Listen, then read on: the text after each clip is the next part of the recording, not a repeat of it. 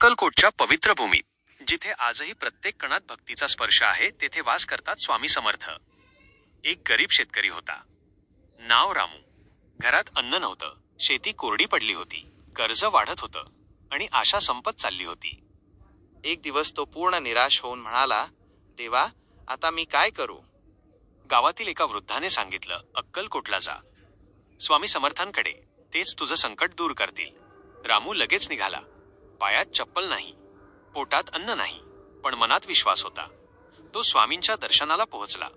डोळ्यांत पाणी घेऊन म्हणाला, स्वामी, माझं आयुष्य संपलं आहे, मला वाचवा. स्वामी समर्थ हसले आणि म्हणाले, जा, तुझ्या शेतात उद्या पाऊस पडेल.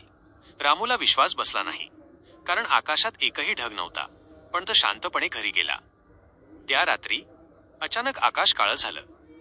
विजा चमकल्या आणि मुसळधार पाऊस सुरू झाला. संपूर्ण गाव आश्चर्यचकित झालं. रामूच्या शेतात पाणी भरलं आणि काही दिवसांतच हिरवळ पसरली. रामू आनंदाने रडू लागला. तो पुन्हा स्वामींकडे गेला.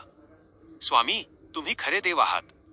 स्वामी समर्थ म्हणाले, मी काहीच केलं नाही, तुझा विश्वासच तुझं भाग्य बदलून गेला. मित्रांनो, संकट कितीही मोठं असलं, जर विश्वास आणि श्रद्धा असेल तर देव स्वतः मदतीला येतो. जय जय रघुवीर समर्थ. कथा आपल्याला शिकवते की श्रद्धा आणि विश्वास असेल तर अशक्यही शक्य होते. अशाच भक्तिकथा पाहण्यासाठी चॅनल सबस्क्राईब करा. व्हिडिओ आवडला तर लाईक आणि शेअर नक्की करा. धन्यवाद.